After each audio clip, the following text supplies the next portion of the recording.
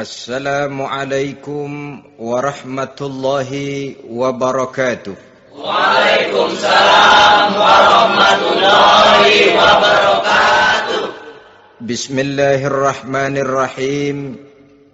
Alhamdulillahi rabbil alamin. Wassalatu wassalamu ala ashrafil anbiya'i wal mursalin. Sayyidina wa maulana Muhammadin wa ala alihi wa ashabihil mujahidin at-tahirin. Amma ba'du, subhanaka la ilma lana illa ma 'allamtana innaka antal alimul hakim. La hawla wa la quwwata illa billahil aliyyil azim. Saudara-saudara kaum muslimin, terutama adik-adik para remaja dan pemuda yang saya cintai. Apabila seseorang akan membangun rumah, tentu saja dia akan mengadakan beberapa pilihan. Sejak dari memilih lokasi di mana rumah itu akan didirikan, sampai kepada menentukan bahan-bahan kualitas yang akan dipakainya, sampai kemudian kepada wujud dan bentuk rumah yang akan ditinggalinya. Demikianlah bahwa untuk membangun sebuah rumah yang hanya untuk menaungi kehidupan di dunia ini, kita mengadakan berbagai macam pilihan.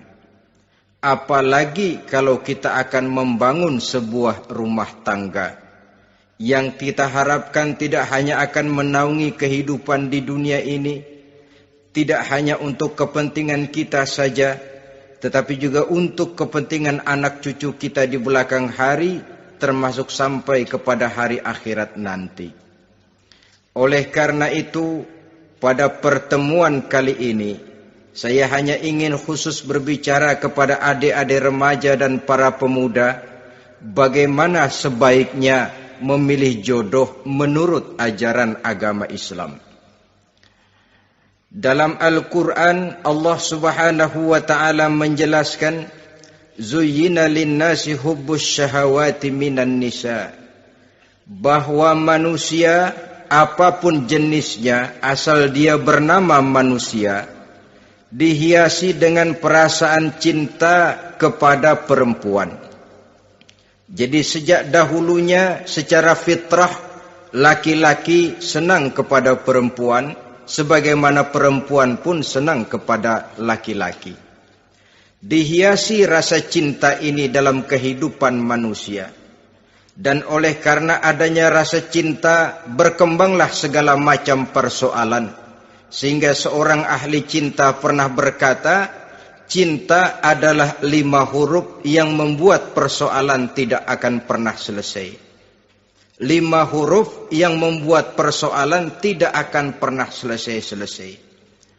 Tetapi dalam kehidupan sehari-hari sering kita saksikan bahwa cinta ini bisa mendorong, memberikan motivasi yang baik, dan cinta ini pun bisa juga memberikan dorongan yang tidak baik.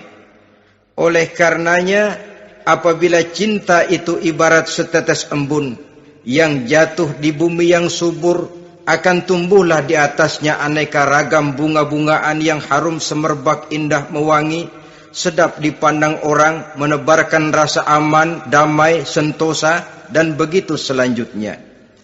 Tapi jika cinta itu jatuh di hati yang gersang dan tandus, tidak ada yang akan dapat tumbuh di sana selain sirih memanjat batu, kuning daunnya, lemah gagangnya, maka cinta yang semacam itu tidak akan memberikan dorongan positif kepada seseorang di dalam kehidupannya. Maka lebih dahulu kita akan membicarakan cinta dalam artian yang positif ini, untuk nanti sampai kepada perempuan yang bagaimana yang harus kita cintai, atau laki-laki yang bagaimana yang harus dicintai oleh seorang perempuan. Saudara hadirin yang saya hormati, cinta dalam artian yang positif, pertama, dia selalu mendatangkan keindahan. Yang kedua, cinta itu memberikan energi atau semangat untuk berjuang. Dan yang ketiga, cinta itu selalu membawa resiko dalam bentuk pengorbanan. Maka cinta yang positif pertama melahirkan keindahan. Disinilah orang memerlukan filter atau saringan. Sebab keindahan yang didasarkan karena cinta itu merupakan satu keindahan yang relatif saja.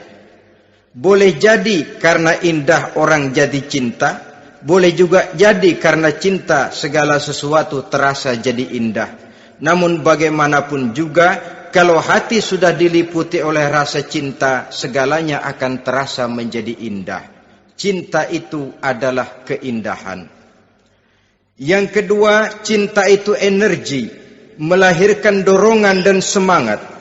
Yang lemah bisa menjadi kuat, yang takut bisa menjadi berani, yang jauh jadi terasa dekat. Itu semua karena dorongan cinta. Dan dari energi ini lahirlah yang ketiga, bahwa cinta adalah pengorbanan. Sehingga orang berkata, berani bercinta artinya harus berani berkorban. Takut berkorban, jangan bercinta. Kalau cinta ini kita salurkan kepada nilai-nilai agama umpamanya, yang pertama, cinta mendatangkan keindahan.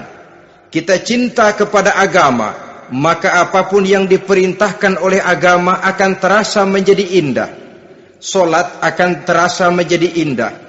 Puasa terasa menjadi indah. Zakat terasa menjadi indah. Jihad pun akan terasa menjadi indah. Persis kalau kita cinta kepada seorang gadis. Jika kita cinta kepada seorang gadis, apanya saja akan kelihatan menjadi indah. Jalannya terasa indah, lenggang-lenggoknya terasa indah, suaranya merdu padahal cemprengnya bukan main. Seluruhnya akan mendatangkan keindahan karena dasarnya sudah cinta. Cinta membawa kepada keindahan. Yang kedua, cinta itu melahirkan energi. Orang yang cinta kepada agama akan lahir tenaga dan semangatnya melaksanakan ibadah, melaksanakan puasa, melaksanakan zakat, melaksanakan solat, melaksanakan haji, bahkan melaksanakan jihad sekalipun. Cinta selamanya menimbulkan energi dan semangat. Sama saja dengan kita apabila jatuh cinta kepada seorang gadis, walaupun rumahnya jauh, katanya, gunung pun akan kudaki, lautan pun kuseberangi. Untuk apa itu? Untuk menemui apa yang kita cintai. Cinta selamanya melahirkan energi. Capek tidak terasa, lelah tidak terasa, semuanya tertutup oleh keindahan yang bernama cinta. Lalu yang ketiga, cinta membawa pengorbanan. Apabila kita cinta kepada agama, maka pengorbanan terhadap apapun yang diminta oleh agama, baik itu pengorbanan waktu, tenaga, pikiran, harta, bahkan pengorbanan nyawa sekalipun, kita tidak akan berat melaksanakannya karena cinta kita kepada agama yang kita anut ini.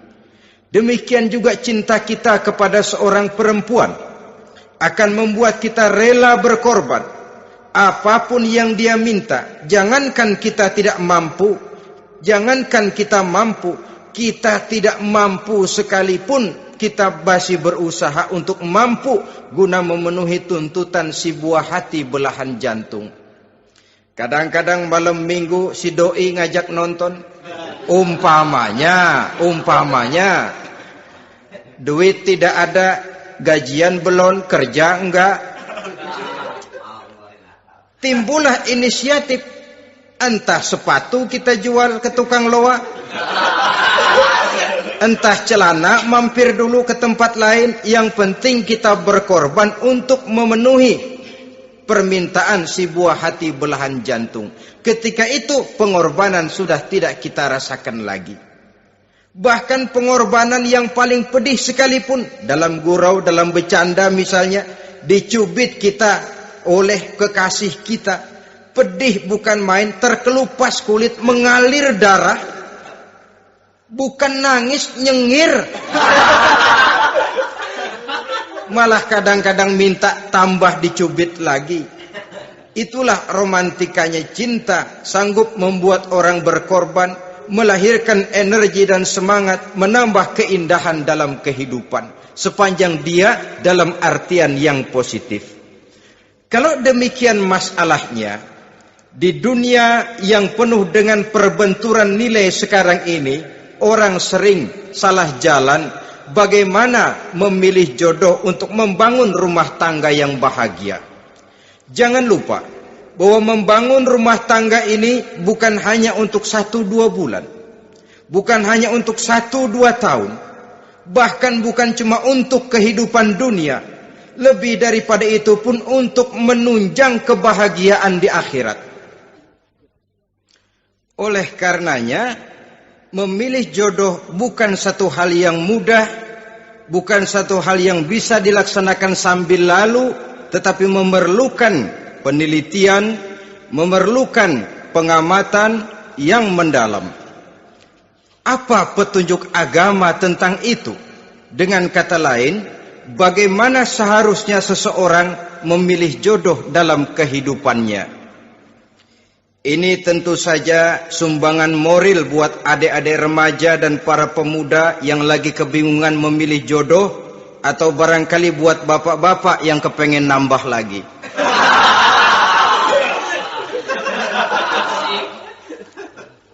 Mohon maaf kepada ibu-ibu, saya tidak menganjurkan, cuma ngajarin. Yang pertama, menurut Nabi, nikahilah perempuan itu karena rupanya, karena hartanya, karena keturunannya, dan karena agamanya. Ada 4 motif utama di sini. Pertama, memilih jodoh, lihatlah rupanya. Lagian siapa yang kepengen dapat jodoh rupanya nggak karu-karuan? Cari rupa yang cantik, indah, dan menawan. Namun jangan lupa, saya katakan di zaman di mana sering terjadi benturan nilai seperti sekarang ini, orang sulit untuk mendapatkan keaslian. Di mana teknologi sudah sedemikian canggih, di mana ilmu kedokteran sudah sedemikian maju, maka berbagai macam rupa bisa dibentuk dengan apa yang dinamakan operasi plastik misalnya. Yang pesek bisa dibikin mancung, kuping yang kelebaran bisa dibikin sedang, pipi yang kembung sebelah bisa dibikin rata, janggut yang tidak menarik bisa dibikin bak lebah bergantung katanya. Oleh karena itu, kalau pilihan hanya tertuju kepada rupa yang cantik saja semata-mata, kita sudah melakukan satu kesalahan yang sangat besar. Sebab apa? Diperingatkan oleh Nabi melalui hadis Ibnu Majah, Bazar dan Baihaqi dari Ibnu Umar. Janganlah kamu kawini seorang perempuan karena kecantikannya, sebab kecantikan boleh jadi akan mencelakakan. Jangan juga kamu kawini perempuan karena hartanya, sebab kekayaan biasanya akan mendatangkan kesombongan. Tetapi kawinilah karena agama dan akhlaknya, karena itulah yang akan membawa kepada kebahagiaan. Saudara-saudara kaum muslimin, terutama adik-adik remaja dan para pemuda, dikala usia puber, apalagi mata baru terbuka, awal balik namanya, remaja sering kehilangan filter. Pokoknya asal ngelihat rupa yang sudah lemot, denok, geboy, pikiran pun hanyut, malam terkenang, siang terbayang, tidur tak nyenyak, makan tak enak katanya, selalu terbayang wajah si doi.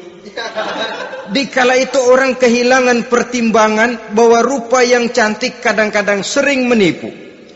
Diriwayatkan oleh Imam Ibnu Abbas, satu hari ketika sedang kumpul dengan para sahabat, lewatlah orang dengan potongan potongan orang kaya. Kelihatan kan, orang kaya sama orang miskin jalannya aja lain kan. Jalannya saja, jangan gaya hidupnya, jalannya saja lain. Liwat dia. Rasul bertanya kepada seorang sahabat, menurut pendapatmu bagaimana orang yang lewat itu? Kata sahabat, oh, yang lewat ini ya Rasul, kalau dia meminang perempuan pasti diterima. Kalau dia menolong orang pasti berhasil. Kalau dia ngomong pasti didengerin. Kenapa? Orang kaya. Orang kaya ya Rasul. Kalau dia minang, perempuan mana yang kagak bisa menerima kalau dipinang oleh orang kaya? Biar mukanya udah belipet kayak dompet tanggung bulan. Kalau memang duitnya banyak, nggak kelihatan tuh muka yang belipet, yang kelihatan duit. Kalau dia nolong orang, pasti berhasil apa yang dia tolong itu. Kalau dia ngomong, pasti didengerin orang, walaupun omongannya biasa-biasa saja. Kenapa? Orang lihat penampilannya. Sudah, ketika orang itu lewat, beberapa lama kemudian lewat lagi seseorang yang kelihatannya miskin. Rasul tanya lagi, kalau orang ini bagaimana pendapat kamu? Wah, potongan begini sih Rasul. Kalau dia minang, orang tolak. Siapa yang mau kawin sama kere begini? Kalau dia nolong orang, pasti nggak berhasil. Kalau dia ngomong, kagak bakalan ada yang mau dengerin. Siapa yang mau dengerin orang susah ngomong? Setelah orang itu lewat, apa kata Rasul? Orang yang terakhir, yang lewat ini, yang barusan lewat, jauh lebih baik dari yang pertama yang lewat tadi. Jauh lebih baik. Maksud dari ucapan ini, Rasul sebenarnya mendidik para sahabat jangan tertipu oleh penampilan. Sebab penampilan tidak selamanya mencerminkan keaslian. Apalagi di zaman sekarang, salon di mana-mana bejibun. Alis mata bisa dibikin, pipi bisa dicat, yang pinggir kuning, yang tengah merah, di sebelah merah ada yang kehitam-hitaman, persis orang kepentok tiang listrik.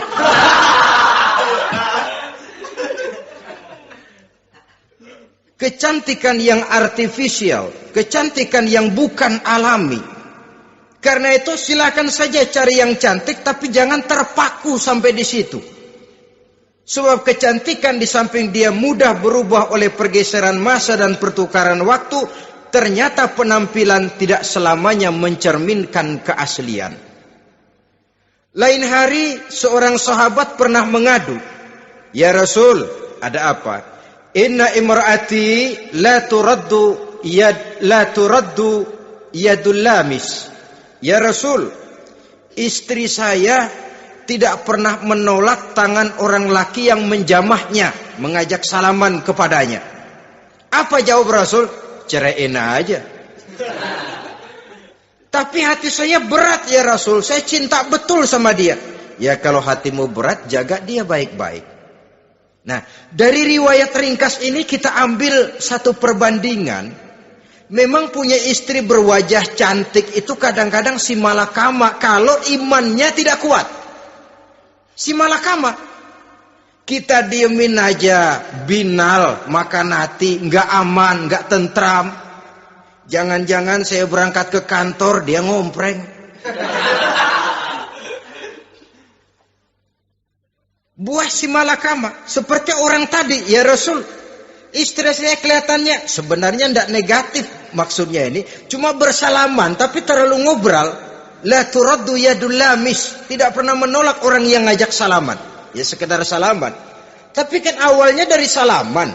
Kalau sudah salaman kan strum bisa ngederdet dari tangan situ. Kata Rasul sederhana saja, ya kalau memang begitu ceraiin. Saya nggak kuat Rasul, saya cinta betul sama dia. Kalau kau tak kuat berpisah dengan dia, jagalah dia baik-baik. Ajar, didik, tanamkan rasa keagamaan di dalam hatinya. Saudara-saudara kaum muslimin, jadi rupa yang cantik tanpa didasari oleh nilai-nilai agama akan membuat seorang suami di rumah tangganya seperti si malakama. Seperti berhadapan dengan buah si malakama kalau tidak diiringi dengan nilai-nilai moral yang luhur dan bekal agama yang tangguh. akan pergi jauh dari rumah rasanya tidak aman. Sedangkan di rumah saja siapa yang akan mencari nafkah? Dan begitu selanjutnya. Orang tadi jelas berhadapan dengan buah si malakama. Didiamkan, makan hati. Sebab, maaf, kalau seorang suami sudah tidak punya rasa cemburu terhadap istrinya, itu kan yang disebut dayus. Dan dayus itu, jangankan masuk surga, bau surga saja dia tidak dapat. Tapi cemburu dalam artian bukan cemburu buta, cemburu dalam artian yang wajar. Dia cemburu, akan dikerasi takut kalau istrinya minta cerai, sedangkan dia cintanya sudah kadung medok bener. Si malakama jadinya. Nah, ini juga satu riwayat yang memberikan gambaran kepada kita. Pilihan, silakan cari rupa yang cantik saja. Cari yang cantik. Tapi kalau itu dijadikan motif utama tanpa dasar-dasar agama, saya khawatir nanti rumah tangga kita akan berhadapan dengan buah si malakama. Jadi adik-adik remaja, usaha, ikhtiar, cari yang cantik, yang kira-kira nggak membosenin, supaya kita betah tinggal di rumah, supaya kita merasa ada tempat berbagi rasa, ada tempat kita bernaung. Sebab kalau nyari bini sebini-bininya mah, ya jodoh di tangan Tuhan, kagak usah nyari juga ntar datang diri umpamanya. Iya, kalau yang datang peot. Orang harus berusaha walaupun pada akhirnya jodoh toh memang ditentukan Allah. Kan 3 hal yang kita tidak bisa menentukan itu katanya. Maut, rezeki, jodoh. Itu yang masuk mysterious problem. Problem yang misterius. Maut, misterius. Kapan kita mati, kita sendiri tidak tahu. Tahun depan, 50 tahun lagi, 100 tahun lagi, tidak pernah seorang pun diberitahu. Tapi yang pasti dia bakal datang. Kapan dan di mananya, kita tidak tahu. Bisa di rumah, bisa di masjid, ya alhamdulillah. Bisa di majelis taklim, syukur. Bisa di medan perang membela agama, bagus. Pasti dia akan datang. Maut, mysterious problem. Sesuatu yang kita tidak tahu kapan datangnya. Rezeki, gitu juga. Sehingga orang sering bilang, rezeki katanya kayak bayangan. Kita uber-uber, dia lari. Kita diam, dia mah diam. Setengah mati kita uber-uber. Emang ukuran segitu, segitu aja. Begitu kita nggak ngapa-ngapain, datang yang bawain rezeki. Namanya rezeki itu mysterious problem. Kadang-kadang ngobek, sungsang, sumbul, udah segala tanah orang kita ukur-ukurin. Udah segala ngomong sudah nggak ada yang loh, tuh sudah buta. Tapi memang bayangan, kalau belum rezeki ya belum. Kadang-kadang nyari kode sampai tidur di kuburan. Belepotan tanah kuburan loh. Yang aneh lagi kadang-kadang orang gila ditanyain. Allahu Akbar, ini kode-kode zaman sekarang ini. Sampai orang waras nanyain orang gila itu gimana itu. Ini sudah efek yang betul-betul negatif. Sudah jelas orang gila kok ditanya. Apa kira-kira yang nanya nggak lebih gila dari yang gila itu?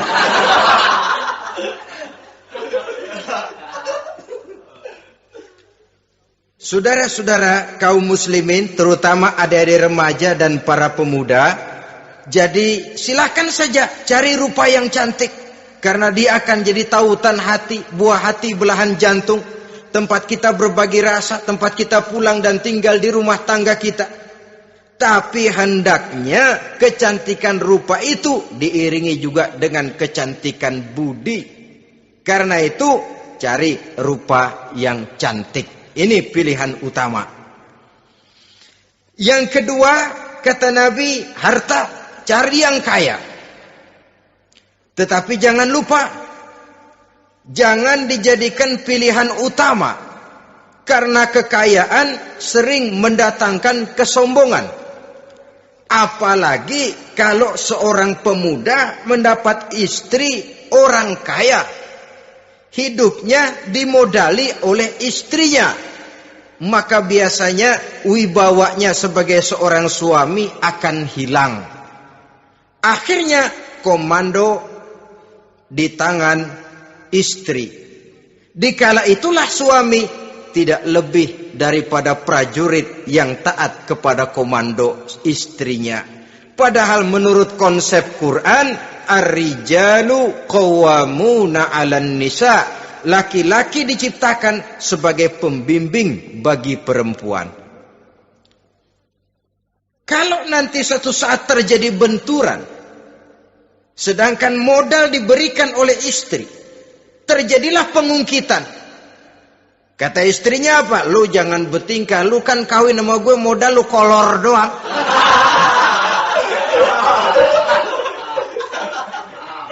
Kalau sekarang bertingkah, silakan keluar rumah.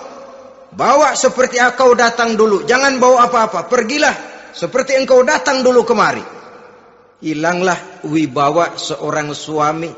Suami kalau udah digentak sama istri begitu, ngelempuruk kayak ayam sampar. Di mana lagi letak wibawanya? Harta sering mendatangkan kesombongan. Oleh karena itu, walaupun diperintahkan cari yang keturunan orang kaya, tapi maksudnya jangan dompleng. Sebab kepribadian seorang suami akan ditentukan oleh sifatnya sendiri. Keberadaannya ditentukan oleh karya dan perbuatannya sendiri. Itulah yang akan menampilkan kepribadian dia dalam kehidupan di masyarakat ini.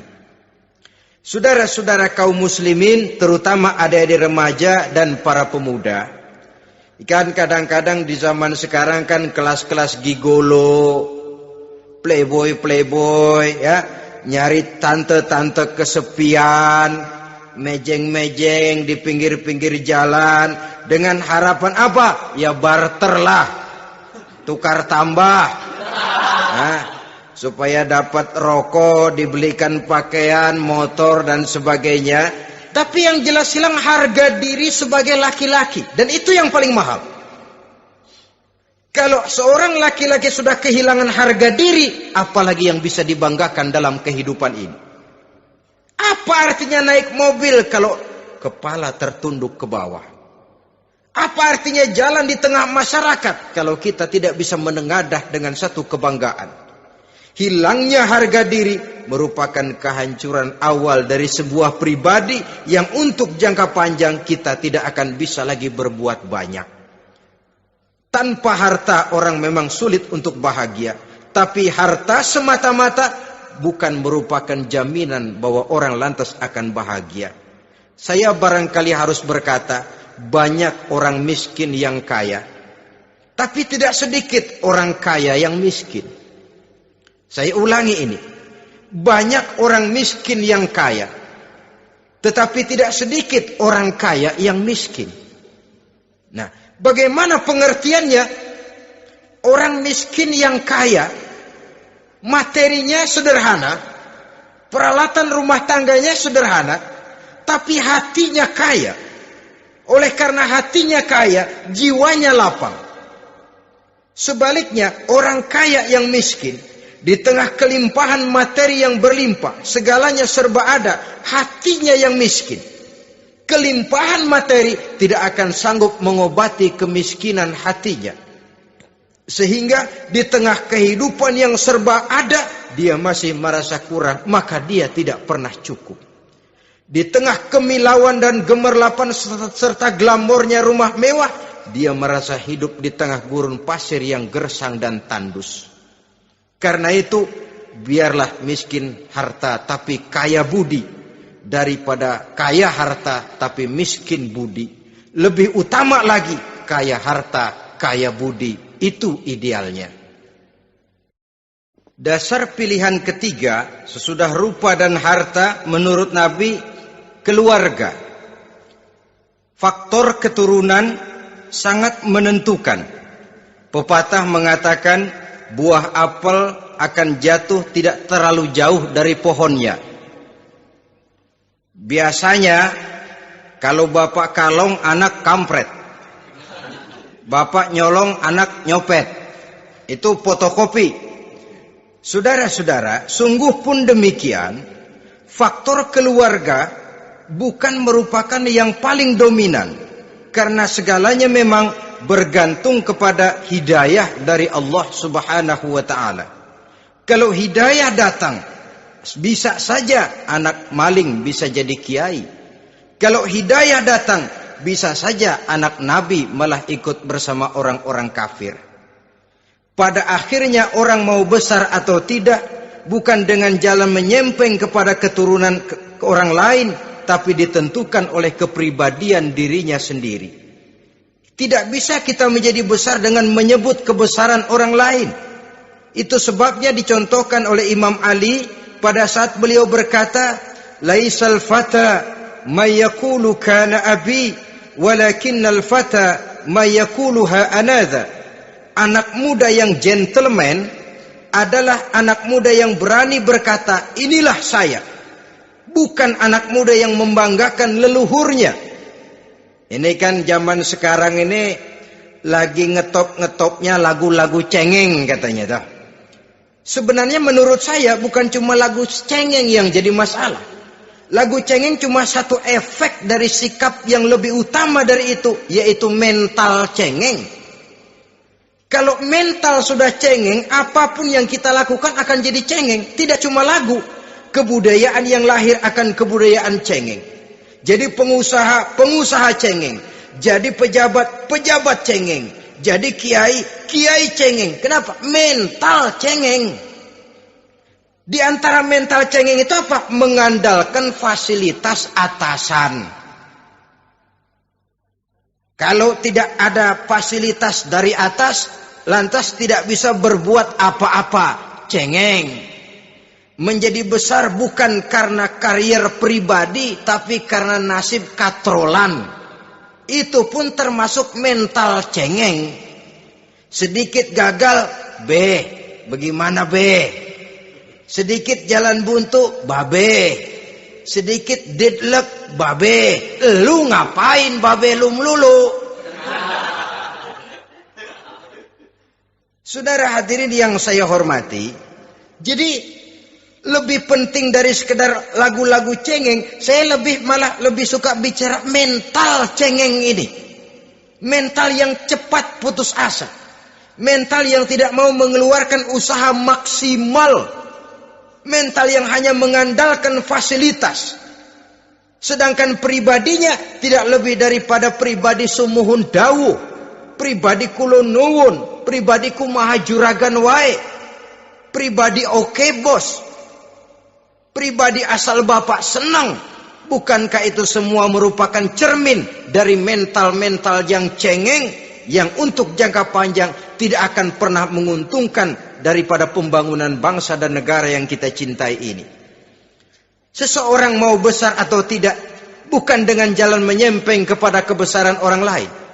Bahkan Syauqi dalam sebait syairnya yang lebih tegas mengatakan, wa syarrun nasi zu khumulin iza fakhartahum zakarul jaduda wa syarrun nasi wa khairun nasi zu syarafin qadimin aqama li nafsihi syarafan jadida. Generasi yang paling jelek adalah generasi pemalas. Kalau kelihatan orang lain lebih hebat dari dia, disebut-sebutnya kebesaran nenek moyangnya. Dia sendiri nggak punya prestasi apa-apa. Kerjanya cuma ngandeli babe. Kerjanya cuma menggelayuti fasilitas orang tuanya. Tanpa itu dia tidak akan punya nilai dan harga sama sekali. Ini generasi paling jelek. Kalau orang lain kelihatan lebih hebat, dia sebut nenek moyangnya. Lo sih belum apa-apa lo, baru kopral lo. Engkong gua no, komandan Hansip. Engkong. Engkongnya yang disebutin. Dia sendiri tidak punya prestasi apa-apa. Jadi silahkan saja cari gadis dari keturunan keluarga yang baik-baik. Tapi jangan jadikan tendensi utama, jangan dengan niat untuk menyempeng kepada kebesarannya. Tapi paling tidak dengan niat agar mudah-mudahan dari benih yang baik ini akan lahir keturunan-keturunan yang baik pada akhirnya nanti. Itu yang kita harapkan. Bukan lalu dengan pertimbangan, weh, mertua gue bos nih, kali aja begitu gue kawin dia mampus. Ini semua warisan kan jatuh kemari semua. Kalau itu niatnya sudah jelas salah. Kita mencari perempuan dengan keturunan-keturunan yang baik dengan berharap agar anak-anak kita nanti yang akan merupakan benih cucunya akan melahirkan kebaikan-kebaikan seperti leluhurnya dulu. Saudara, pilihan yang keempat kata Nabi, agama. Ini yang paling inti. Kenapa? Agama itu motivasinya moral. Di sini segalanya ditentukan. Rupa yang baik, harta yang banyak, keluarga yang luhur. Kalau sudah dilandasi oleh agama yang rapuh, bahkan tidak beragama sama sekali, ketiga hal di atas tadi hanya akan mendatangkan malapetaka. Sekarang kan kita tertipu oleh penampilan, padahal penampilan belum tentu kenyataan. Di jalan-jalan kita akan lebih terpesona melihat gadis pakai miniskirt di atas lutut ketimbang kita melihat gadis-gadis yang pakai jilbab. Kalau sudah pakai jilbab keliwat, yang usil banyak banget, bau sorga nih. Bau sorga katanya. Tapi kalau sudah yang pakai miniskirt itu yang lewat, itu dari ujung ke ujung mata kagak mau kedip. Laler nemplok di mata kagak dirasain. Kita terpesona oleh penampilan zahir, padahal penampilan belum tentu memantulkan hal yang sebenarnya. Tapi memang itulah watak manusia. Watak manusia, saya katakan manusia tanpa kecuali. Tetapi bergantung kepada pemikiran jangka pendek atau jangka panjang. Kalau jangka panjang yang kita pikirkan, ya tentu kita tidak akan mudah terpesona oleh hal yang zahir. Sampai-sampai Quran sendiri mengatakan budak yang hitam legam tapi beriman itu lebih baik daripada orang-orang musyrik walaupun cantik, denok, lemot, geboy. Ada lagi nggak bahasa yang lebih dari itu? Cantik, denok, lemot, geboy, bahenol, nerkom. Tapi kafir masih lebih baik budak yang hitam legam sekalipun. Kalau dia beriman. Kenapa? Rumah tangga untuk jangka panjang. Sebab itu Islam tidak membolehkan kawin campuran dengan lain agama. Walaupun ada ayat yang mengatakan boleh kawin dengan ahlul kitab. Tapi sebagian mufassir menjelaskan bolehnya kawin dengan ahlul kitab itu dalam kondisi darurat. Dalam kondisi normal tidak bisa. Kenapa? Kalau sudah berlainan agama, akan terjadi kerancuan rumah tangga untuk jangka panjang. Bagaimana membina dalam keharmonisan di rumah tangga? Bagaimana nasib anak-anak nanti? Kadang-kadang ada keluarga, kami sih keluarga modern. Anak-anak kami berikan kebebasan untuk milih agama apa saja. Bapaknya Islam, istrinya Kristen, anaknya ada yang Hindu, Buddha. Bagus nih, keluarga pecel namanya. Bagaimana keluarga modern bisa seperti itu? Padahal seorang suami bertanggung jawab di hadapan Allah. Dia akan ditanya tentang istrinya. Dia akan dimintakan pertanggungan jawab tentang anak-anaknya. Kalau istri kita berlainan agama, mungkin terjadi pengkaplingan. Pokoknya kalau anak perempuan ikut ibu, anak laki ikut bapak. Administrasi dunia bisa begitu, tapi akhirat pertanggungan jawab di hadapan Allah. Bisakah kita? Sorry aja Tuhan emang janjinya begini. Saudara hadirin yang saya hormati, oleh karena itu budak legam hitam kalau beriman masih lebih baik daripada orang-orang yang tidak beriman walaupun cantik dan mempesona. Kenapa? Ini faktor agama. Ya buat 1-2 bulan bisa terwujud rumah tangga yang tentram. 2-3 tahun mungkin masih bisa bertahan. Tapi sampai kapan? Sampai kapan itu akan terwujud? Pada akhirnya akan muncullah dilema yang akan sulit buat diatasi.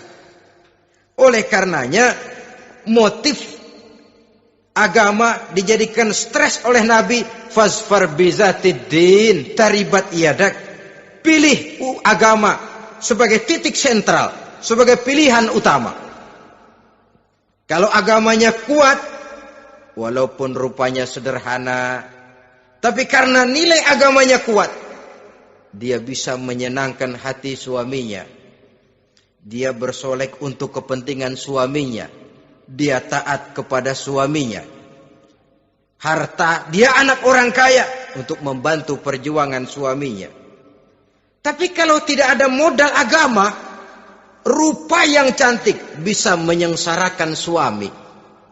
Apalagi kalau suami kere. Istrinya sudah cantik, kaya ataupun tidak kaya kadang-kadang. Udah, suaminya suruh ngempuk di rumah, bininya yang kerja. Ya kalau kerja mendingan kalau dikerjain itu.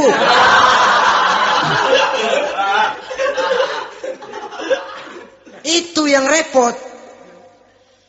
Saudara hadirin yang saya hormati, dan ini bukan 1-2 kasus. Alangkah malangnya kalau sudah terkena hal seperti itu.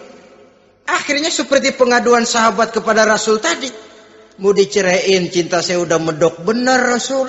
Enggak diceraiin, hati saya ngebet, pegel. Si malakama akhirnya.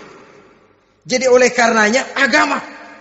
Kalau dia cantik, walaupun miskin, agamanya kuat, dia bisa memelihara kehormatan diri. Dia kaya, agamanya kuat, hartanya disalurkan di jalan Allah. Karena itu, agama jadikan pilihan utama.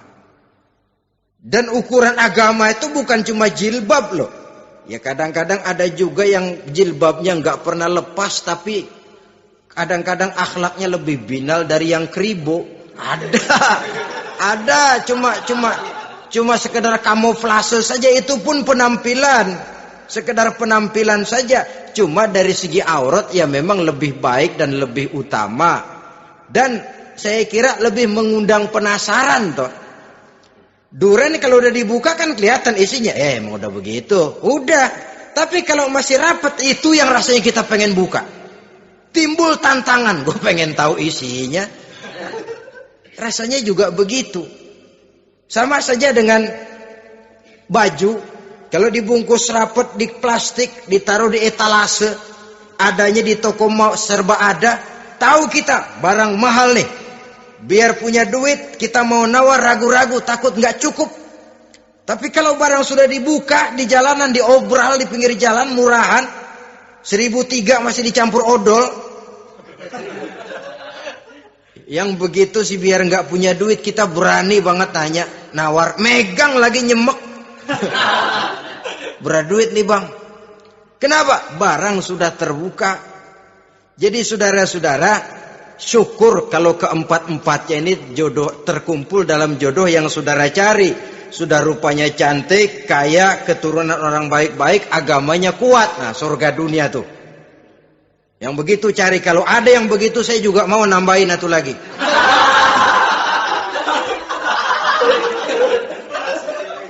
Tapi yang kumpul keempat-empatnya ini terus terang saja langka. Makhluk langka ini. Kadang-kadang cantik, kaya, keluarganya hebat, agamanya nol, akhlaknya kayak setan. Tapi yang paling celaka kalau empat-empatnya kagak ada. Rupanya jelek, melarat, bapaknya biang maling, kagak beragama lagi. Apanya yang mau dipilih? Mampus saja mendingan. Sudah nggak ada pilihan sama sekali tuh. Sudah nggak ada pilihan sama sekali. Saudara hadirin yang saya hormati, terutama adik-adik remaja. Nah, lalu apa motivasi agama dalam pembinaan ini apa? Agama ini kan memberikan contoh bahwa perempuan yang baik itu, yang kita ingin jadikan dia sebagai ideal dalam pencarian jodoh, tandanya 3.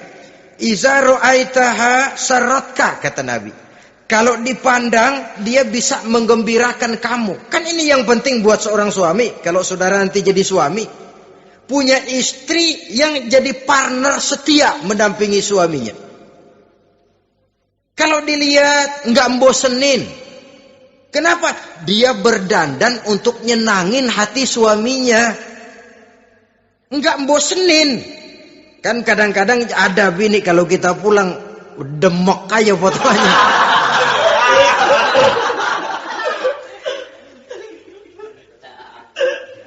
Ini yang bikin suami enggak betah di rumah ini kan yang begini. Adapun perempuan yang beragama, apabila dipandang oleh suaminya, dia pandai menyenangkan hati suaminya. Andai kata suaminya dalam kesulitan, dia tidak menambah beban kesulitan. Paling tidak dia bisa memberikan satu bantuan moral. Bantuan moral untuk mengurangi beban kesulitan daripada suaminya. Suami pulang dagang rugi, kata istrinya, romantika bang. Sekali-sekali lah, masa selamanya dagang mau untung. Besok siapa tahu untung lebih besar. Kan meringankan toh. Kadang-kadang enggak, suami pulang dagang dari pasar panas, rugi. Sampai rumah bini pidato. Pletar-pletor. Lu dagang rugi, emang lu laki goblok.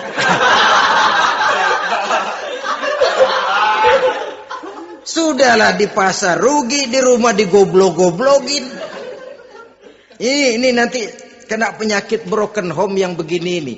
Padahal kesuksesan di kantor, kesuksesan di pasar, kesuksesan di medan tugas selalu dimulai dari kesuksesan dan ketenangan dari rumah tangga. Dia berhias untuk kepentingan suaminya, tidak terlalu berlebihan, dan suaminya pun pandai menghargai istrinya dengan kata-kata yang menimbulkan gairah dan semangat. Melihat istrinya bersorak, kamu makin cantik saja. Jangan juga kadang-kadang suami ketus. Ngelihat daksu pulang kantor, lihat suaminya, istrinya dandan rapi. Tumben lu mau bekasin apa? Mau bekasin katanya. Artinya apa ini? Pandai mengembirakan, bisa tenggang rasa, bisa berbagi rasa. Sehingga suami merasa ada tempat dia bertukar pikiran. Ada tempat dia membicarakan persoalan. Dialog dalam kehidupan berumah tangga itu sangat diperlukan. Iza ra'aitaha sarratka, kalau dipandang dia sanggup mengembirakan kamu. Dikasih uang 500 senyum, 5.000 pun ketawa.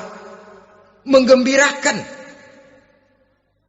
Dia bisa taruh kata hatinya kesel, tapi mulutnya senyum. Nah ini yang sulit ini. Senyum tapi kesel, kesel tapi senyum. Kadang-kadang istri itu kan kalau sudah kesel, suami pulang nggak bisa dia menyembunyikan kekesalannya. Dari jauh suami sudah lihat ini yang nyambut, ini bemo ini. Udah monyong serem. Saudara hadirin yang saya hormati, yang kedua, bila diperintah dia taat. Ini pengaruh agama. Sehingga Nabi mengatakan, "Lau amartu li ahadin ayyasjuda ila ghairiha, la amartul mar'ata litasjuda ila zawjiha likibari haqqihi 'alaiha." Andai kata saja boleh aku memerintahkan manusia untuk sujud kepada sesama manusia, pastilah aku perintahkan perempuan untuk sujud kepada suaminya. Kenapa? Karena besar hak suaminya kepada dirinya. Untung sujud kepada manusia tidak boleh. Andai kata boleh, perempuan disuruh sujud sama suaminya. Ini tidak perlu sampai sujud, cium tangan saja minta ridho suami. Kadang-kadang perempuan sekarang berat. Paling banter setahun sekali lebaran doang. Laki pulang sembahyang tubruk, cium tangan, minta redo, nangis segala macam. 3 hari habis lebaran, beras habis, monyong aja lagi.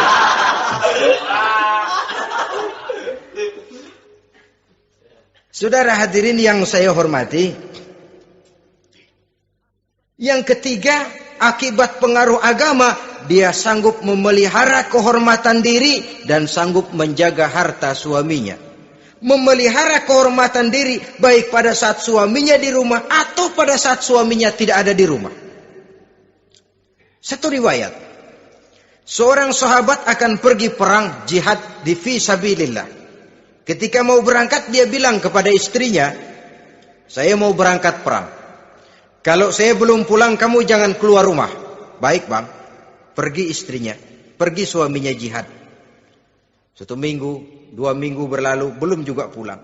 Satu hari datang utusan dari rumah orang tua si istri ini. Assalamualaikum bu. Waalaikumsalam. Ada apa? Ada berita kurang enak bu. Orang tua ibu sakit parah. Mohon tolong ditengokin. Apa kata si istri? Maaf saja, suami saya belum pulang dari medan perang. Saya belum dapat izin keluar rumah kalau dia belum pulang. Tolong sampaikan maaf saya kepada orang tuanya. Pulanglah utusan tadi. Besok balik lagi. Bu, ada apa? Udah Senin Kemis. Napasnya sudah sampai tenggorokan. Tolong tengokin buat terakhir kalinya bu. Suami saya belum pulang. Dia pesan kalau dia belum pulang saya jangan keluar rumah. Saya nggak bisa tengokin orang tua saya. Salam maaf saja. Pulang utusan itu. Besok balik lagi. Bagaimana? Sudah meninggal bu. Mau dikubur. Tengokinlah buat terakhir kalinya. Suami saya belum pulang.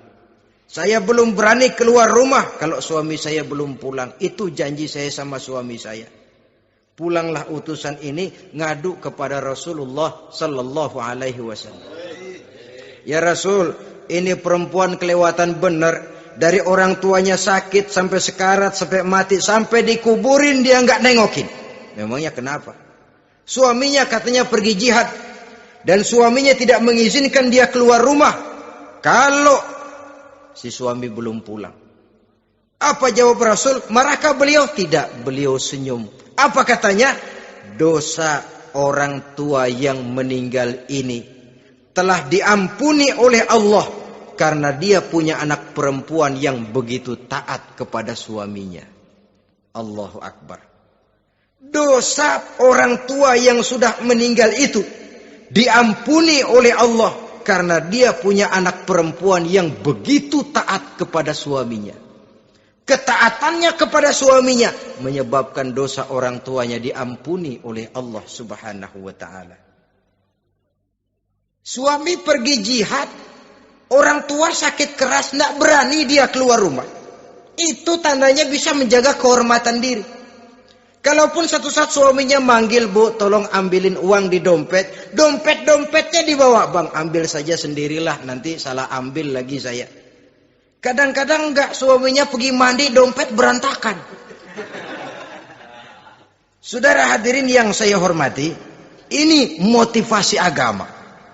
Jadi kecantikan zahir yang diimbangi dengan kecantikan batin oleh karena pengaruh agama tadi. Kalau sudah kemari, orang tidak perlu mikir-mikir operasi plastik, bikin yang pesek jadi mancung supaya orang tertarik. Bikin belakang yang kurus jadi menarik. Tidak. Orang tidak perlu lagi pakai susuk-susukan. Dipasang di bibir supaya kalau senyum orang gempor. Supaya kalau ngomong orang percaya. Dipakai di kuping supaya macam-macam. Tidak perlu lagi. Pakai jompa-jampe, pelet-peletan. Supaya kalau diludahin orang ngikut. Tidak perlu lagi. Kenapa? Cinta itu nature. Sesuatu yang alamiah, yang tidak bisa dipaksakan. Dia kudrati, karunia dari Allah. Tidak bisa cinta dipaksakan. Kalaupun bisa, dengan ilmu pelet, oh saudara bisa membuat orang jatuh cinta. Ya 2-3 hari, 4-50 hari. Kesananya, apa yang akan terjadi? Kelanggengan tidak akan pernah terwujudkan. Kenapa? Keterpaksaan yang akan timbul. Dalam kondisi semacam itu, rumah tangga tidak akan mengalami ketenangan dan ketentraman. Jadi biarkan cinta berjalan secara alamiah, karena dia memang alamiah. Saudara-saudara, nah sekarang kalau sudah ketemu nih, yang 4 tadi, rupa cantik, keturunan boleh, kaya lumayan, agama kuat. Apa yang harus kita cari? Apa yang harus kita lakukan? Apa pakai pepatah anak sekarang? Aku lihat, aku pikat, aku dapat, aku sikat, aku minggat. Bangsat.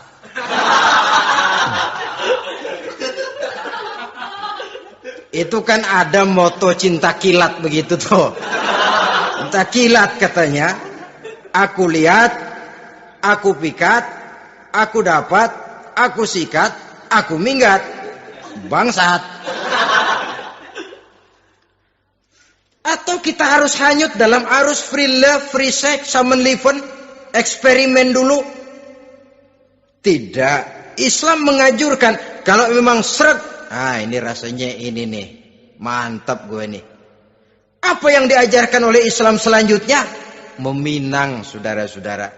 Meminang adalah langkah awal untuk mengikat tali pernikahan. Diizinkan meminang. Dan di dalam meminang pun diizinkan untuk melihat. Cuma kalau boleh, ya syaratnya itu, waktu melihat itu jangan sampai ketahuan si perempuan yang akan kita pinang itu. Untuk apa kita meminang? Pertama, untuk yakin. Yakin bahwa perempuan yang kita inginkan ini sudah kumpul syaratnya itu, tidak ada cacatnya. Yang kedua, untuk memperkuat tekad hidup berumah tangga. Diperlukan meminang. Adapun adat itu berbeda, tapi bahwa konsep meminang itu dalam Islam ada, itu jelas. Ya kalau mesti bawa pisang raja, pakai roti buaya, pakai martabak segede ban mobil truk segala macam, itu adat saja, ya. Tapi yang real meminang itu ada dalam Islam. Nah, bagaimana adab meminang?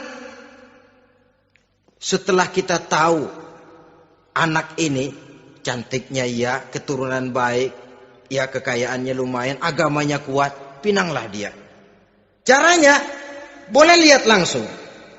Lihat langsung kalau bisa tanpa setahu si perempuan. Dan batas yang boleh dilihat itu muka dan tangan. Itu saja. Jadi jangan gerusak. Minta permisi Pak, saya mau ngelihat anak Bapak seutuhnya. Soalnya buat saya ini nanti. Apanya aja dibedolin, jangan. Kira-kira yang boleh itu muka sama tangan. Andai kata kita risih, sebab nanti kalau nggak jadi akan jadi timbul rasa malu dan si perempuan juga kasihan. Boleh mengutus perempuan yang kita percaya. Coba kau ke sana, lihat kondisinya yang sebenarnya bagaimana. Kalau ngelihat dari jauh sih utuh, siapa tahu nanti tangannya kurang sebelah. Coba lihat sana. Saudara-saudara, kemudian boleh juga ditanyakan kepada orang tuanya. Dan dalam hal ini orang tua si gadis tidak boleh menyembunyikan aib atau cacat yang dimiliki oleh anaknya. Dia harus menceritakan apa adanya, sampai pun kekurangan anaknya yang paling kecil sekalipun. Sebab apa? Jangan sampai istilah pepatah beli kucing dalam karung. Kedengeran suaranya doang meong-meong, begitu dibuka tuh kucing gempor sebelah kakinya nggak ada. Kan tentu kita tidak kepengen kecewa di belakang hari. Itulah perlunya meminang sebagai jembatan untuk menuju kepada pernikahan. Nah, dengan demikian kalau sudah usaha meminang ini dilaksanakan, jangan merasa sudah setengah resmi. Ini yang kadang-kadang jadi penyakit. Malah sesudah meminang harus masing-masing lebih menjaga diri, menjaga kehormatan, menjaga pergaulan. Kenapa? Agar saat memasuki jenjang pernikahan nanti merupakan jenjang yang sangat ditunggu-tunggu. Ada rasa keinginan tahu. Kalau tidak, ya udah biasa, nggak giroh lagi ngadepin perkawinan. Kenapa? Kemarin-kemarin gue udah cobain. Hilang gairah lagi. Sebab itu kalau sudah meminang, jangan merasa sudah setengah halal. Udah minang ini Kadang-kadang orang tua juga konyol. Sudah dipinang, diumbar. Lu mau kemana kayaknya lu udah pinang. Padahal meminang itu cuma langkah awal. Sedangkan selanjutnya harus lebih berusaha menjaga kehormatan diri sampai pada saat nanti pelaksanaan pernikahan. Nah, saudara-saudara, terutama adik-adik remaja dan para pemuda, walaupun agak sekilas memang karena terbatasnya waktu pada pertemuan ini, mudah-mudahan bisa memberikan gambaran yang sepintas tentang bagaimana sebaiknya kita memilih jodoh di dalam membina rumah tangga yang bahagia. Semoga ada manfaatnya. Terima kasih atas segala perhatian. Mohon maaf atas segala kekurangan. Usikum wa nafsi bitaqwallah. Wassalamualaikum warahmatullahi wabarakatuh.